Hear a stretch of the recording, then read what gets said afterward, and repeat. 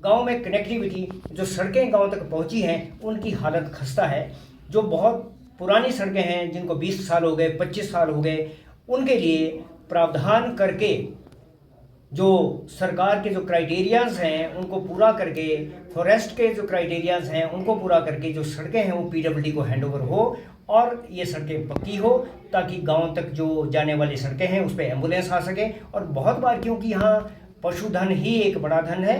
कई बार पशु भी बीमार हो जाते हैं, उनको भी लाना होता है, तो उन सब की सुरक्षा हो, इसलिए इन सड़कों का ठीक से होना जरूरी है। इसके अलावा गांव में चेक डैम की बड़ी भारी आवश्यकता है, क्योंकि जिस तरह से वाटर लेवल धीरे धीरे कम होता जा रहा है, तो नालों पे चेक डैम बना के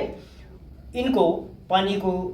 रोका जाए ताकि पानी का रिसाव उस आसपास की ज़मीन में हो। इसके अलावा गांव में जो रोज़गार के लिए है, बच्चों को, जो युवा हैं उनके लिए मधुमक्खी पालन का और जो दूसरे स्किल डेवलपमेंट जो सरकार द्वारा चलाए जा रहे हैं, उस स्किल डेवलपमेंट के तहत उन सब लोगों को ट्रेनिंग्स करा के उनके लिए रोज़गार के साधन उपलब्ध कराए जा सकते हैं। इसके अलावा स्वयं सहायता समूह की जो महिलाएं हैं वो काम करती हैं, चीड़ की पत्तियों से वो अपने प्रोडक्ट बनाती हैं, अचार बनाती हैं, स्वेटर बुनती हैं, कपड़े सिलती हैं और कई जगह पे शॉलें बनाई जाती हैं। तो उनके लिए एक समस्या है मार्केटिंग। सामान बनाया तो जाता है लेकिन उसकी मार्केटिंग काफ़ी मुश्किल है, तो ऐसा करने के लिए इनको मार्केट में कोई किसी शॉप का प्रावधान किया जाए। सरकार लोन देती है, उस लोन के लिए इनकी सहायता की जाए ताकि इनका जो सामान है वो बाज़ार में बेचा जा सके, इनसे बिकवाया जा सके और इनको सुविधा हो काम करने में। इसके अलावा एक बहुत बड़ा जो गांव और शहर, ये दोनों में एक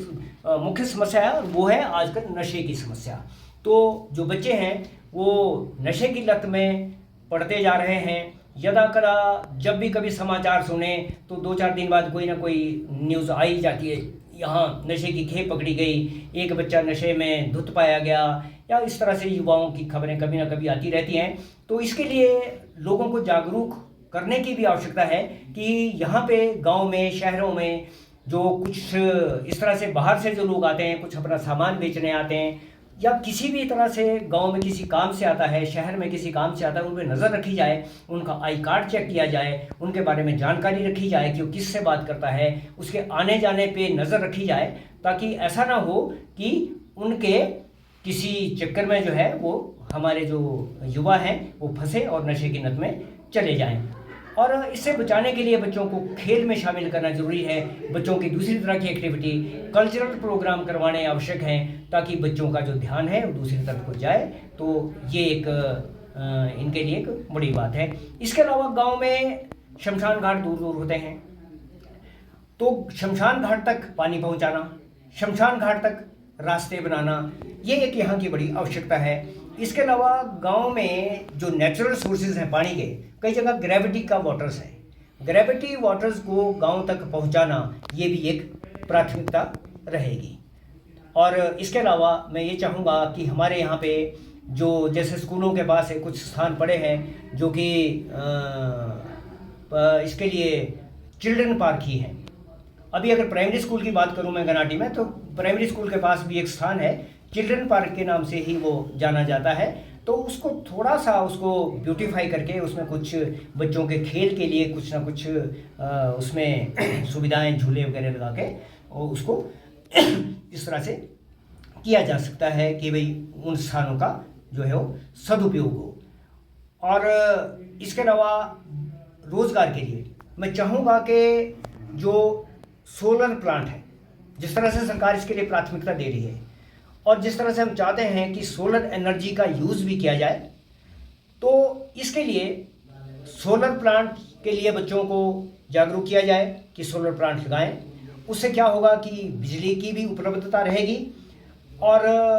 इसके अलावा बच्चों के लिए और जो युवा हैं, मतलब उन युवाओं के लिए एक रोज़गार का भी साधन होगा कि वो उससे अपने पैसे भी कमा सकते हैं। तो ये सारी योजनाएं हैं। इसके अलावा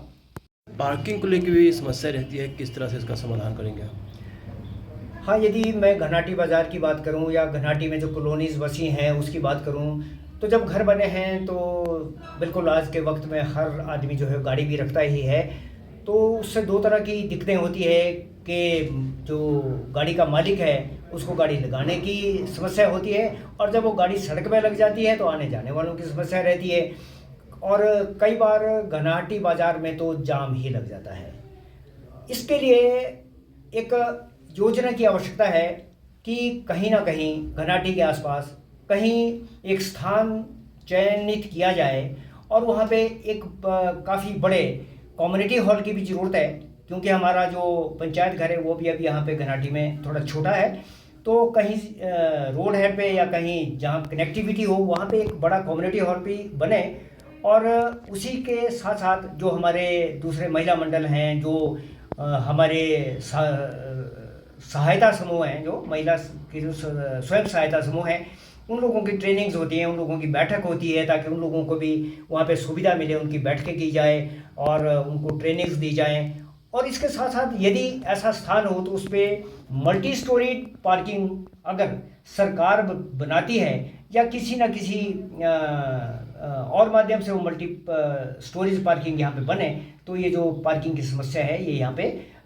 ख़त्म हो सकती है, और आवश्यक है, क्योंकि सारी की सारी जो गाड़ियाँ हैं वो लगभग सड़कों पे या कहीं ना कहीं कॉलोनी में लगी रहती हैं, तो सड़कों पे ही अधिक गाड़ियाँ लगी हैं, हर घर पे यहाँ पे पार्किंग की सुविधा नहीं है। तो इसलिए अलग अलग उस पर क्लस्टर वाइज भी जो है वो छोटी छोटी पार्किंग का भी प्रावधान किया जाएगा। इसके लिए स्थान का चयन करने की इसमें आवश्यकता रहेगी। सर, स्कूल जैसे लाइब्रेरी के लिए भी गांव में लाइब्रेरी का हो, किस तरह की व्यवस्था रहेगी कि आम लोग हैं, चाहे वो बुजुर्ग हों चाहे वो बच्चे हों, लाइब्रेरी में जाके अपनी पढ़ाई करें या अखबार ही पढ़ें? हाँ, घनाहट्टी बहुत थिकली पॉपुलेटेड एरिया हो गया है। यहाँ गांव के लोग भी रहते हैं, यहाँ शहर के लोग भी रहते हैं, यहाँ स्टूडेंट्स भी रहते हैं, यहाँ आसपास में लॉ कॉलेज हैं, बीएड कॉलेज हैं, नर्सिंग कॉलेज हैं, और जेबीटी का यहाँ पे ये ट्रेनिंग सेंटर है। तो यहाँ पे लाइब्रेरी की बिल्कुल आवश्यकता है, और यहाँ पे कुछ जो सीनियर सिटीजन्स हैं और जो रिटायर्ड लोग हैं, उन लोगों ने भी मुझसे इस तरह की बात कही थी कि यदि यहाँ पे एक लाइब्रेरी बनाई जाए जिसमें बच्चे भी पढ़ सकते हैं, और जो खाली समय होता है उसमें जो बुज़ुर्ग हैं या दूसरे जो रिटायर्ड लोग हैं वो वहाँ के अखबार भी पढ़ सकते हैं, बैठ के बातचीत भी कर सकते हैं। तो इस तरह की जो लाइब्रेरी है वो यहाँ पे अगर हो तो लोगों को बहुत लाभ होगा। अभी यहाँ पे एक हमारे मैडम दिव्या शर्मा जी हैं जो विशेष तरह से इसमें रुचि रखते हैं, और जिन्होंने कहा था कि यदि इस तरह का कोई पंचायत इसमें इनिशिएटिव लेती है तो मैं भी और मेरे जो सहयोगी भी है वो इसमें विशेष काम करना चाहेंगे। तो इस तरह के लोगों को हम इसमें शामिल करेंगे ताकि ये जो लाइब्रेरी है इसको यहाँ पे बनाया जा सके है। और उस पर्यावरण के लिए बार बार बच्चों को भी जागरूक किया जाता है, स्कूल के माध्यम से भी पौधरोपण किया जाता है, युवाओं के भी युवक मंडल है, महिला मंडल है, इन सब लोगों को साथ लेके जो है वो पर्यावरण के लिए काम किया जा सकता है। एक विशेष जो आवश्यकता है वो इस बात के हैं कि कोई भी पंचायत हो, हर पंचायत में बहुत सारे बुद्धिजीवी लोग रहते हैं, रिटायर्ड लोग होते हैं जिनके पास एक जीवन का एक बहुत लंबा अनुभव होता है। तो मैं चाहता हूं कि हर तरह के लोगों को जोड़कर एक कमेटी बनाई जाए, उन सब लोगों के विज़न पूछे जाएं, उन सब लोगों से सलाह ली जाए, और सब लोगों के सलाह के साथ साथ जो है वो पंचायत का विकास किया जाए ताकि पंचायत का बहुमुखी विकास हो। यही मेरा लक्ष्य है।